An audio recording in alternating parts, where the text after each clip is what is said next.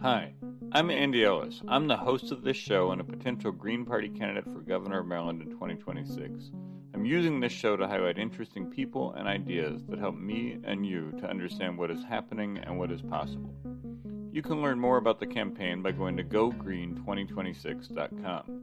Guests on this show do not necessarily support my campaign or the Green Party. They've agreed to come on to discuss ideas and issues. And of course, click the subscribe button on YouTube so you can keep up to date with this podcast.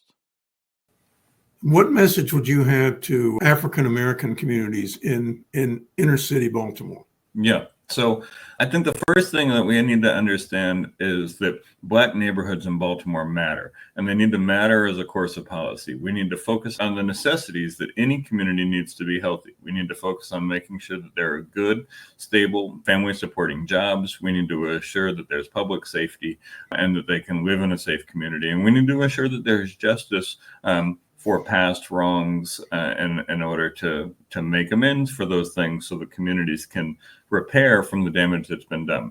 We also need to focus on community repair and reinvestment. A lot of Black communities were devastated by the war on drugs in Baltimore. And not even just folks who were involved in the drug trade, but folks who lived in communities that were targeted by the drug trade saw their economies devastated, saw their community fabric devastated, and saw their community institutions devastated. We need to make it a priority to invest in reinvesting in those communities, repairing that damage, and allowing those communities to reconstruct themselves again as healthy places where people can live and thrive.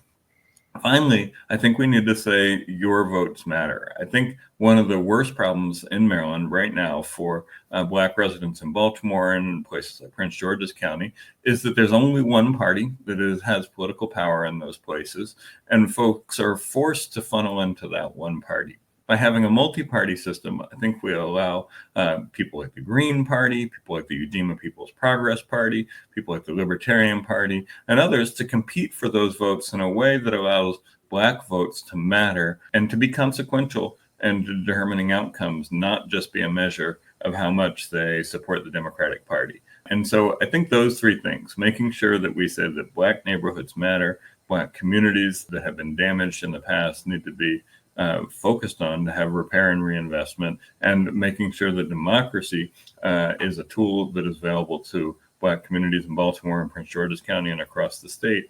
I think those things are significant and important.